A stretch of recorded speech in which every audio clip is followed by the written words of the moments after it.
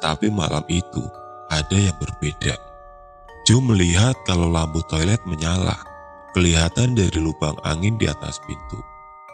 Ditambah Jo juga tiba-tiba mendengar suara gemercik air jatuh ke lantai. Seperti keran air yang dalam keadaan terbuka. Tapi hanya sebentar, kemudian suaranya hilang. "Siapa yang ada di toilet?" tanya Jo dalam hati. "Kak," Jo memanggilku.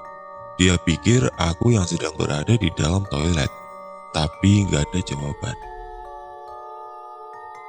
Papa dan Mama punya toilet sendiri di dalam kamarnya. Mereka hampir nggak mungkin menggunakan toilet ini. Kebetulan juga, waktu itu Nenek dan Mbak Ida sedang menginap di rumah Om Fendi, adiknya Papa.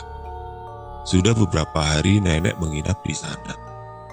Jadi, Jo mengambil kesimpulan kalau yang sedang ada di dalam toilet adalah aku.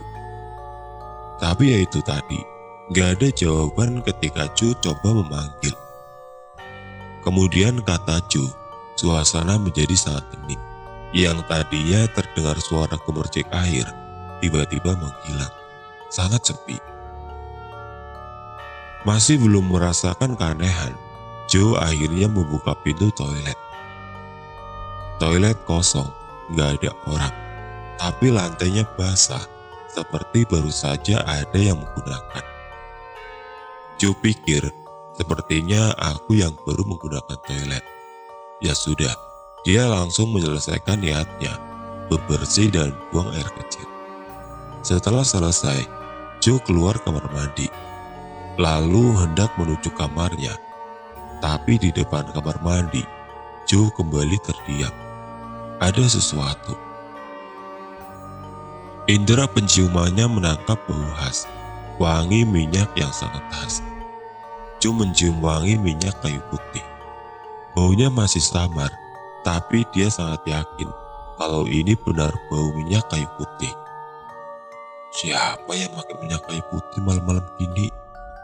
Jo bertanya-tanya. Tapi setelahnya dia lanjut melangkah menuju kamar. Belum juga sampai kamar, langkah Jo kembali terhenti tepat di ruang tengah karena dia mendengar sesuatu. Kira-kira seperti itu bunyinya. Terdengar pelan, tapi Jo yakin kalau suara itu berasal dari ruang tamu di sebelah kirinya. Trak, trak, trak. Bersamaan dengan suara, wangi minyak kayu putih terus tercium dan semakin menyengat. Entah apa yang ada di pikiran Jo saat itu, rasa penasaran mengalahkan segalanya. Lalu dia melangkah menuju ruang tamu, mencari tahu suara apakah itu gerangan. Suaranya terus terdengar konstan, mengiringi Jo yang melangkah perlahan. Semakin dekat ke ruang tamu, semakin kuat suara itu terdengar. Semakin menyengat juga bau minyak kayu putihnya. Ruang tamu dalam keadaan gelap, tapi Jo masih bisa melihat dengan jelas, dibantu sedikit cahaya dari lampu halaman. Akhirnya dia sampai di antara ruang tengah dan ruang tamu, berdiri di samping lemari kaca yang menjadi batas dua ruangan besar itu. Mata Jo langsung tertuju ke guci yang letaknya di sudut ruangan, di depan lemari kaca, karena dia yakin kalau suaranya berasal dari situ. Dan ada pergerakan juga. Pergerakan, ya pergerakan. Dalam diam, Jo terpana, seperti terhipnotis ketika melihat pergerakan itu. Mata Jo terus menatap guci yang bergerak dengan sendirinya. Ternyata, guci itu bergerak sendiri. Tutupnya yang menyerupai topi bergerak naik turun, terbuka tertutup, sehingga menghasilkan suara trak-trak-trak. Suara yang Jo dengar sejak tadi. Ketakutan mulai menyeruak dalam pikiran, tapi tetap saja masih belum bisa menyeret tubuh untuk meninggalkan ruang tamu. Jo hanya diam berdiri sampai ada sesuatu lagi yang terjadi. Ini belum selesai. Jo harus menerima kalau peristiwa ini belum usai. Wangi minyak kayu putih sangat menyengat. Jo berkesimpulan kalau bau wangi ini bersumber dari ruang tamu juga. Seketika suara kuci berhenti karena memang kucinya juga sudah diam, enggak bergerak lagi. Tapi Jo belum bisa bernapas lega karena tiba-tiba muncul suara lain. Ada suara orang bersenandung, ada perempuan yang sedang bersenandung. Pelan tapi terdengar jelas. Jo yakin kalau senandung itu berasal dari ruang tamu juga. Terus diiringi dengan wangi minyak kayu putih, pandangan Jo menyapu semua sudut ruang tamu. Beberapa detik kemudian, Jo baru sadar kalau sejak tadi dia enggak sendirian. Ternyata ada yang sedang duduk di kursi dekat pintu. Jo dapat melihatnya dengan jelas karena sosok itu tersiram cahaya lampu teras yang menembus tirai jendela. Sosok perempuan tua, rambut putihnya tergerai panjang menjuntai, nyaris menutupi seluruh tubuhnya. Gak bisa menjerit, sesak untuk bernafas. Jo gemetar memandang wajah pucat perempuan itu. Ternyata benar, dia yang bersenandung sambil terus tersenyum. Kepalanya juga bergoyang pelan, ke kanan dan ke kiri. Sungguh pemandangan yang sangat menyeramkan.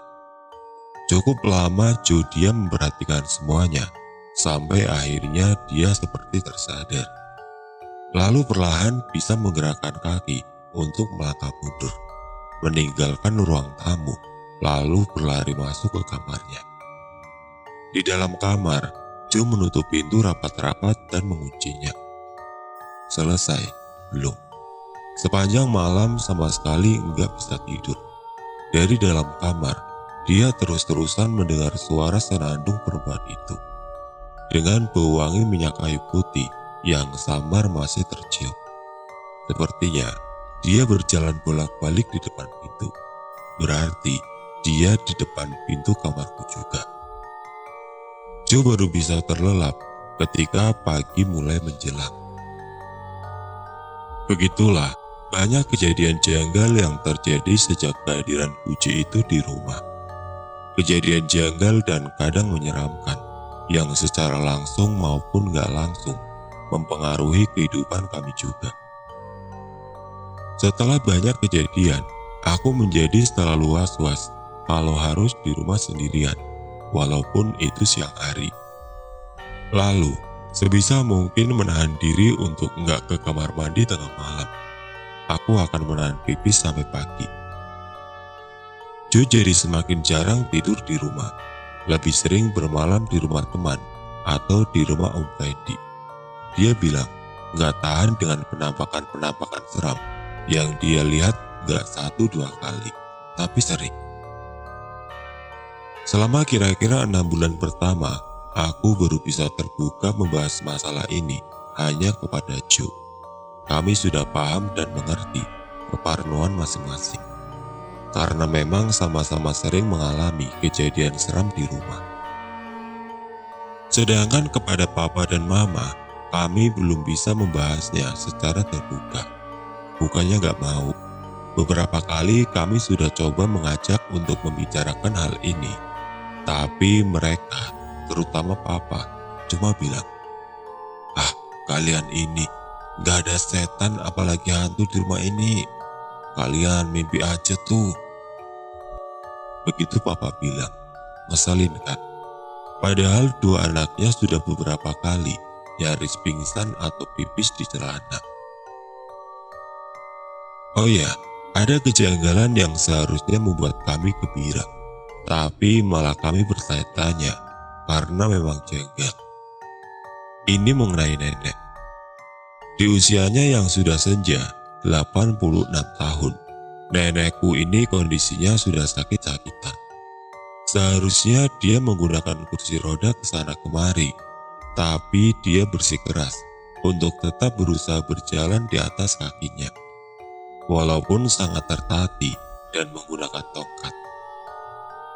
Beberapa tahun belakangan, ingatannya juga mulai berkurang. Sudah sering lupa akan banyak hal. Kami hanya bisa membantu dengan terus mengajaknya berbincang. Kata dokter itu membantu kerja otaknya, supaya terus aktif. Tapi, beberapa tahun belakangan juga, nenek lebih sering murung, berdiam diri di kamarnya atau di ruang tamu. Kalau kami atau Mbak Ida mengajak berbincang, nenek lebih banyak diam dengan tatapan kosong, walau kadang menjawab sesekali. Nah, tapi ada yang aneh. Sejak kehadiran Guci di ruang tamu, perilaku nenek berubah drastis. Wajahnya berangsur gak murung lagi, tapi selalu tersenyum ceria. Kalau diajak ngobrol nyambung. Aneh kan? Menurut kami aneh, karena perubahannya sangat drastis. Intinya, nenek jadi lebih hidup. Tapi ya gak apa, kami tetap senang melihat perkembangan itu. Walaupun ada beberapa cerita nenek yang gak kami mengerti. Oh ya, sejak kehadiran Guci itu juga, nenek sering menceritakan lagi kisah hidupnya waktu muda dulu. Cerita yang sebenarnya sudah kami ketahui, tapi belakangan nenek menceritakannya lebih detail lagi, lebih dalam.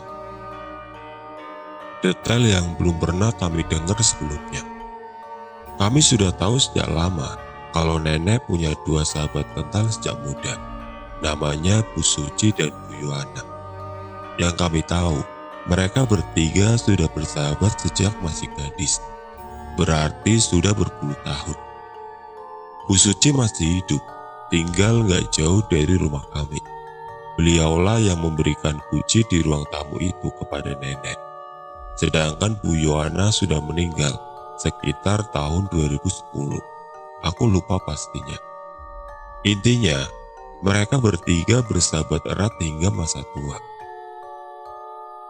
Begitulah, perilaku nenek berubah setelah kehadiran Guci itu. Jadi lebih ceria, ditambah dengan informasi-informasi baru yang kami dapatkan mengenai kehidupan nenek dan dua sahabatnya itu. Pada akhir 2017, ada kabar yang gak mengenakan. Mbak Ida minta berhenti jadi suster nenek. Alasannya pengen pulang dan bekerja di kampungnya. Papa dan Mama gak bisa berbuat apa-apa selain menuruti keinginannya.